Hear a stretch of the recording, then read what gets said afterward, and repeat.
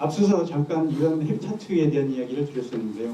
맨 왼쪽에 보면 처음에 얘기했었던 로마 보고서 이후에 스톡홀름 선언이 나옵니다. 지금부터 45년 전. 이게 헤비타트를 이렇게 이상하게 숫자가 거기서부터 시작을 하다 보니까 헤비타트의 그 마감 떨어지는 게 우리한테 익숙한 0, 5, 10 이렇게 떨어지지 않고 2, 7 이렇게 돼요. 여기서부터 시작해요. 72년부터 시작해가지고 그래서 이제 우리 눈에 이제 헤비타트라고 유엔 헤비타트 여기 이제 유엔 헤비타트의 노래 구조인데 헤비타트가 아까 제가 이콜로지라고 생태계라는 말씀을 드렸잖아요. 그 전체 자연의 질서 전체를 이루는 거는 생태계라는 이름으로 씁니다. 근데 그 생태계 안에 돼지가 사는 데가 있고 소가 사는 데가 있고 뭐 닭이 사는 데가 있고 또 풀로 얘기하면 연꽃이 사는 곳이 있고 뭐 그러잖아요. 각자가 자라는 데가 다르잖아요. 연꽃이 산꼭대기에는 안 자라잖아요. 그래서 그렇게 사는 것 한자로 이제 서식하고 있는 공간 일단의 공간을 영어로는 헤비타트라고 해요. 서식지 우리말로 하면 서식지 즉 가장 쉬운 우리 한말로 얘기하면 집이죠. 집. 그러니까 사람이 사는 곳을 집이라고 그러는데 그게 이제 헤비타트가 되는 거예요. 사람에게서는 집이 헤비타트고 제주도에서 크는 제주 말들에게 보면 사실 제주 목장이 헤비타트가 되는 거예요. 그러니까 이제 지구 안에 사는 모든 사람들이 각자 헤비타트를 나누는 게 아니라 결국은 지구는 하나의 마을이다. 우리 뭐 지구촌 이런 얘기 많이 썼었잖아요. 지구촌이라는 이름의 이제 그 원뿌리가 이렇게 지구를 하나의 헤비타트로 보는 거고, 그래서 유엔에서 지구를 하나의 마을로 늘 고민하는 조직이 만들어져 있는데 그게 유엔 헤비타트라고 이해를 하시면 됩니다. 그래서 뭐 우리 도시도 마찬가지지만 땅을 많이 쓰는 사람도 있고 땅을 작게 쓰는 사람도 있고 뭐 집이 많은 사람도 있고 집이 적은 사람도 있는데 그렇게 작은 얼개로 보려고 하면 도대체 이게 도시의 문제가 풀리지 않는 것처럼 지구를 그냥 통으로 하나로 보자라고 하는 논의가 지금 제가 설명드리는 유엔 헤비타트고요.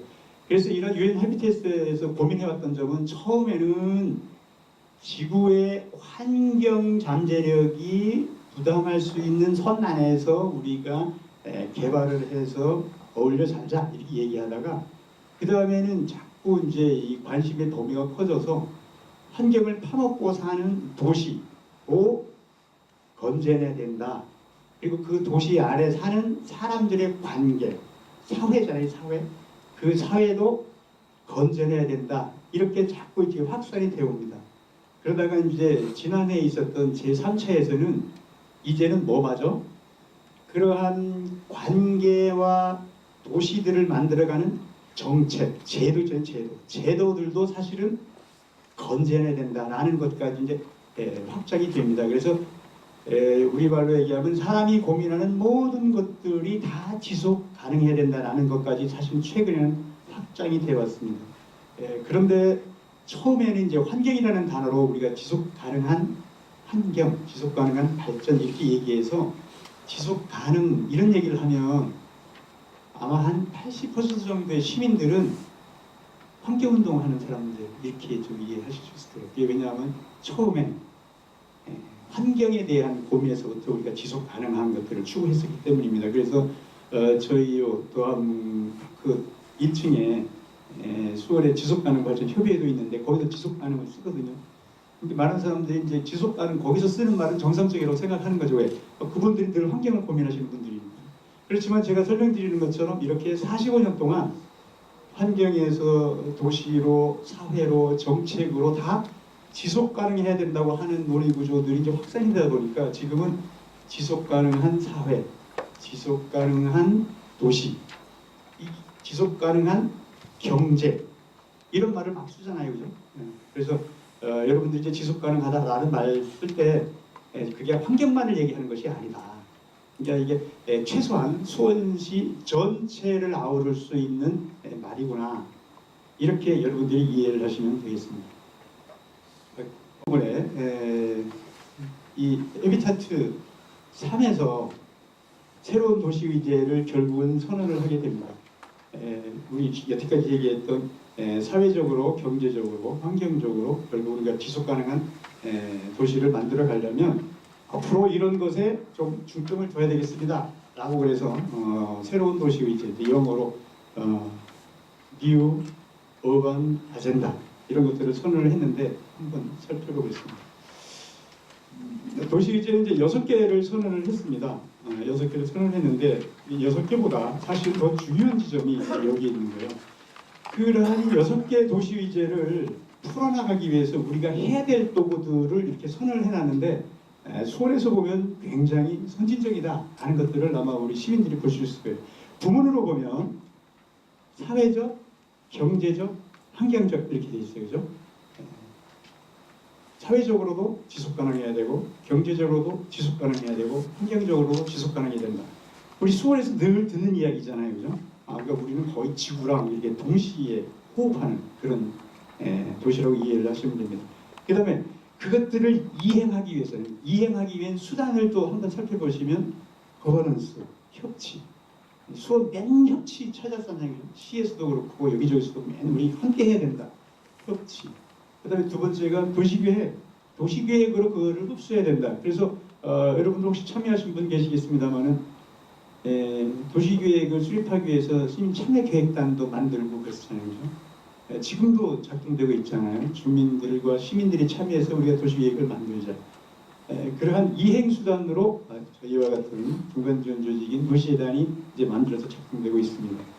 그래서 새로운 도시의제의 방향성과 이 수단들, 그 다음에 의제들을 보면 사실 수원은 거의 지구의 고민하고 거의 실시간으로 움직이고 있다라는 생각을 할 수가 있습니다. 첫 번째가 포용적인 도시. 요새는 아마도 17년을 기여로 해서 옛날엔 지속가능한 도시가 떴었는데 지금은 포용도시가 좀 뜨고 있어요. 어쩌면은 사회가 이렇게 더 어려워지는 것에 대한 반작용이 아닐까 이런 생각이 되는데 이제 이런 거예요. 포용한다는 얘기를 끌어안는다는 거잖아요. 그래서 부자와 부자가 아닌 사람도 함께 해야 되고 몸이 불편한 사람과 불편하지 않은 사람도 함께 해야 되고 수원에서 자란 사람과 수원에서 자라지 않은 사람도 함께 해야 되고 우리나라에서 살았던 사람과 외국에서 우리나라로 귀화하거나 외국에서 모셔서 일하고 있는 사람도 함께 할 수 있는 지점. 조금 더 나가면 종교가 다르고 배움터가 다른 사람이라는 이유 하나만으로도 다 함께 할 수 있는 도시가 되어야 되겠다. 이게 포용도시예요. 너와 나를 가르지 않는 도시. 포용도시입니다. 굉장히 어려운 것 같은데 사실은 그 지점을 우리가 되짚어보면 고민의 거리가 많잖아요. 영통으로 해서 포메실로 해서 이렇게 광기로 해서 그래도 조금 있는 분들이 모여 사는 도시. 옛날에는 번성했으나 지금은 쇠퇴되어 있는 행궁동이나 이쪽에 고등동, 서둔, 연무 뭐 이런 옛날에 우리라면 단독주택이나 연립주택들이 많이 모여있는 도시. 내가 어디 사냐 그러면 왠지 말하기가 불편한 구조. 이게 포용도시가 아닌 거죠. 내가 어디 살아도 떳떳하게 얘기할 수 있어야 되는데 제가 영통에서 20년 넘게 살고 있는데 서울에서 이렇게 제 직장이 다른 데 있었습니다. 이렇게 부르면 수원이라고 안 하고 그 시절엔 영통이라고 했어요. 지금 아마 광교에 사시는 분들도 어디 사냐고 그러면 수원이라고 안 하고 광교. 이제 이게 포용도시의 관점에서 이제 그런 게 있는 거예요. 왜 행궁동 산다고 해도 떳떳해야 되는데 행궁동 산다고 하기가 조금 그거는 뭐 그 폄하하는 게 아니라 왠지 그런 게 있잖아요. 그게 이제 이게 외국 분들하고 얘기할 때도 어디서 왔어요? 그러면 나 베트남에서 왔어요. 나 태국에서 왔어. 이게 얘기를 해줘야 되는데 이게 머뭇머뭇거리게 만드는 우리의 모습. 이게 사실 포용도시가 아닌 거예요. 그래서 외국에서 귀화하셨거나 사실은 떳떳하게 한국의 국적을 가지고 대한민국의 아이들을 많이 낳아준 외국에서 이주하신 우리 귀화한 한국인들을 어디서 왔냐고 묻는 것도 사실은 포용도시 관점에서 보면 결례가 되는 거죠. 살고 있다는 그 이유 하나를 우리가 팍 끌어안아주는 도시, 이게 포용도시입니다. 그 다음에 해변군력이 있는 도시. 뭐 요새 사실은 지진에 화재에, 그 다음에 이제 지금 우리 수원 같은 경우는 광교 산과 저수지를 비롯해서 약간의 갈등들이 존재하고 있습니다. 이런 것들이 생겨도 그냥 바로 원위치할 수 있도록 잘 정치가 되어 있는 도시, 이런 게 이제 회복력 있는 도시입니다. 그다음에 안전한 도시. 참 시장님도 고민이 많죠. 사실은 이 안전한 도시가 우리가 60년대에서 80년대까지 1년에 약 60만 명 정도가 태어났어요. 제가 1차 베이비붐인데 얼굴 쫙 보니까 쟤랑 같이 국민학교 때 현보고 갔던 분들이 몇 분 계시는 것 같은데, 국민학교는 현보고는 안 갔죠. 종합국민학교는 그때 대신 이제 그 당시에는 외국에서 원주에 넣은 빵, 우유가루 뭐 이런 거 좀 그거 먹으려고 한 살 더 있지, 국민학교 이렇게 형아 따라서 가서 그것만 얻어먹고 오는 그런 세대가 좀 계시네요. 그때는 60만 명이 태어났어요. 60만. 그래서 집이 모자랐고, 그래서 대한주택공사를 만들어갖고 너는 집을 공장에서 찍듯이 찍어내라 이렇게 만들어냈던 때가 있었습니다. 이제 그때 그래도 뭐 큰 조직에서 만든 거는 이렇게 막 넘어가는 집들은 안 만들었겠지만, 개인이 짓던 집들이 마구 생산되던 시절이 있었는데 그 집들이 지금 남아있는 거죠. 그런 집들에서 이렇게 다중이용 시설이라고 하는데 병원이나 목욕탕이나 또는 종합상가나 이런 데 스프링클러가 작동 안 된다든가 안전장치가 돼 있지 않는 이런 것들이 지금 이제 이렇게 사고가 터지는 건데, 지금 짓는 집들은 그렇지 않을 거거든요. 이제 이러한 사회를 우리가 만들어 가야 된다. 귀중한 생명들이 위협받지 않도록 하는 사회. 그리고 이제 그 중에 이제 지금 지속 가능한 도시가 나온 거예요. 우리 아이들에게도 살아갈 수 있는 기회를 줘야 되는 도시. 이게 지속 가능한 도시입니다. 수원 같은 경우도 현재 126만이지만 유일하게 이제 남아있는 데라고는 요게 서수원 쪽밖에 남아있지 않아요. 동쪽으로는 청명산까지 영통이 쫙 들어와 버렸고, 북쪽으로는 광교산 아래까지 쫙 가버렸고, 서쪽으로는 물론 요 일부 남아있긴 하나 칠보산으로 해서 안산 경계까지 조금밖에 안 남아버렸거든요. 그런데 우리 뒤에 올 아이들도 뭔가 좀 할 기회가 좀 남아야 되는데, 그런 기회가 있으면 좋겠다라고 생각하면 그게 이제 지속 가능한 도시가 됩니다. 그리고 참여적인 도시는 뭐 수원이 대표적이잖아요. 시민도, 시민사회단체도, 뭐 전문가 집단도 행정과 함께 고민하고 같이 만들어가자. 이게 참여적인 도시고요. 그 다음에 약간 뭐 생뚱맞을 수 있는 지점인데, 고밀도 개발이라고 하는 거는 환경의 틀에서 보면 100제곱미터에 100명이 사는 거하고 1000제곱미터에 100명이 살 때 어떻게 하는 게 더 환경적으로 건전할까, 이런 고민을 하는 거예요. 그래서 단독주택으로 이렇게 다 깔는 것보다 필요하면 개발이 필요한 곳을 고밀도로 쭉 개발하고 나머지를 환경으로 건전하게 같이 두자, 이런 개발이에요. 그러니까 이제 그 인구가 이제 쇠퇴하기 시작하면 유지 관리를 해야 되는데, 도로나 공원이나 막 이렇게 큰 건축물이나 이런 것들은 한번 만들어 놓으면 사실은 계속 관리비가 들어가거든요. 그럴 때에 필요한 시설들을 묶어서 크게 만들고, 그냥 나머지 부분들은 아예 처음부터 손이 들지 않는 자연으로 그냥 두면 좋겠다라는 게, 이왕 개발하려면 쭉 개발하지 말고 묶어서 개발하자. 이게 고밀 개발이에요. 이 합쳐서 6개가 우리가 고민해야 되는 새로운 도시의제인데요. 그 중에서 꼭 집어서 도시재단이 가장 관심을 가지는 지점은 지속가능한 도시, 청해적인 도시, 앞에 있는 포용도시, 이렇게 크게 보면 세 개로 저희가 고민할 수 있습니다. 그래서 무엇보다도 첫 번째는 지속가능한 도시. 그 지속가능한 도시를 만드는 감에 있어서 우리는 반드시 시민과 함께 하겠습니다.